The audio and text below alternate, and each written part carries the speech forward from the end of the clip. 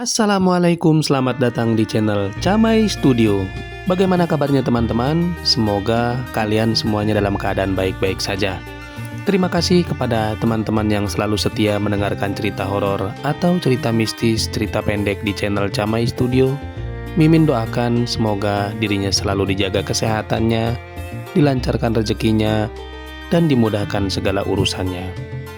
Untuk kali ini, Mimin akan menceritakan sebuah kisah nyata yang berjudul Berteman dengan Jin Muslim. Mari kita mulai ceritanya. 3 tahun yang lalu, kami sekeluarga terpaksa harus pindah rumah kontrakan.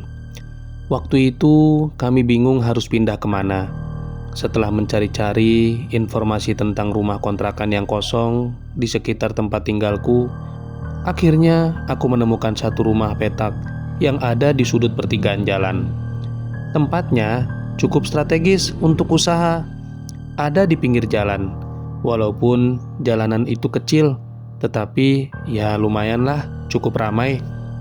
Setelah melihat situasi yang cukup ramai ini, aku pun berpikir untuk buka usaha berjualan pulsa agar bisa membantu pendapatan keluarga. Kebetulan ada etalase nganggur, pas buat usaha jual pulsa. Tanpa banyak pikir, kami langsung membayar uang kontrakan kepada pemilik rumah agar kami segera bisa pindah ke rumah kontrakan yang baru itu.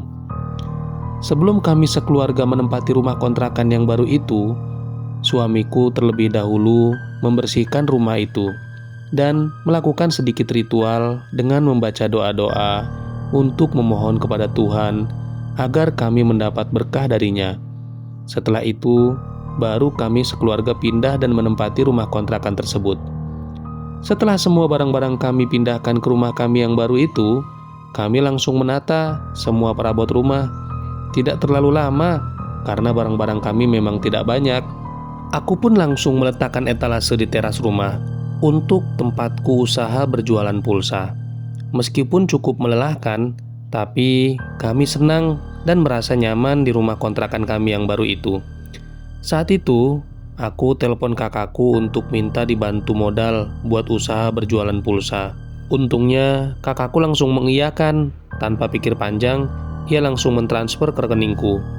Aku pun langsung belanja pulsa ke agen pulsa.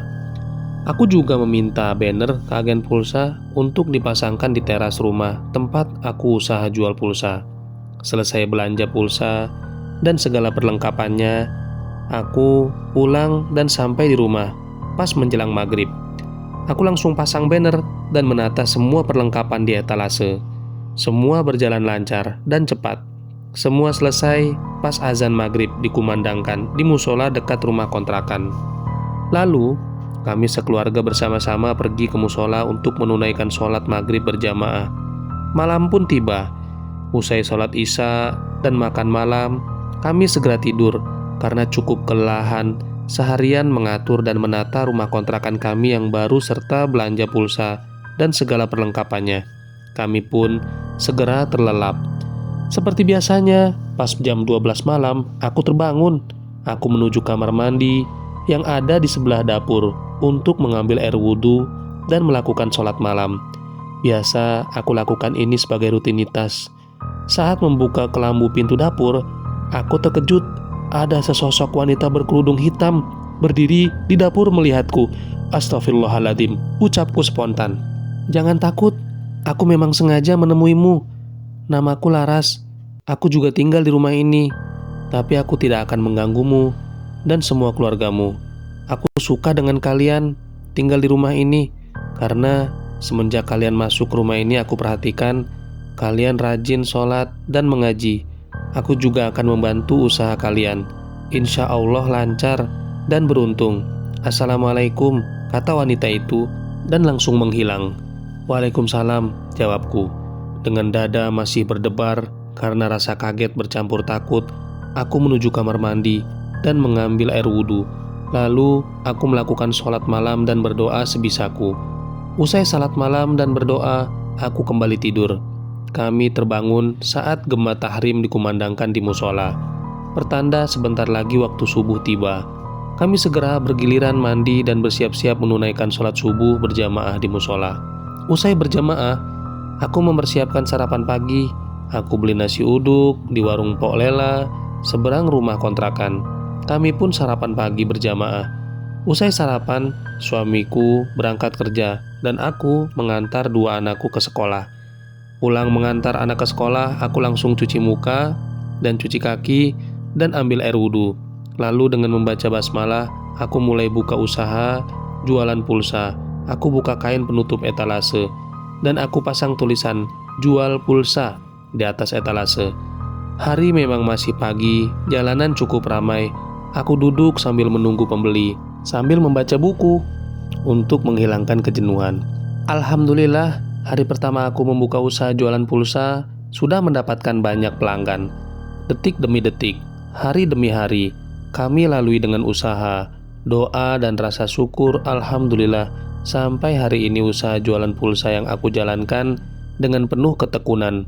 Meskipun harus disela dengan mengurus keluarga, berjalan dengan baik dan mendapatkan keuntungan. Dan yang sangat membuatku bahagia dari usahaku ini, selain bisa menambah pendapatan keluarga, kami juga bisa menyisihkan hasil usaha kami untuk membantu tetangga-tetangga kami yang sedang membutuhkan uluran tangan.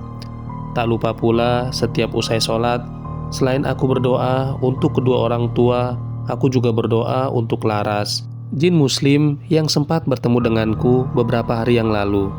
Aku bersyukur bisa bertemu kepadanya. Aku terima kasih kepada Tuhan. Selama ini aku tinggal serumah dengan tetanggaku sendiri, yaitu dari alam lain.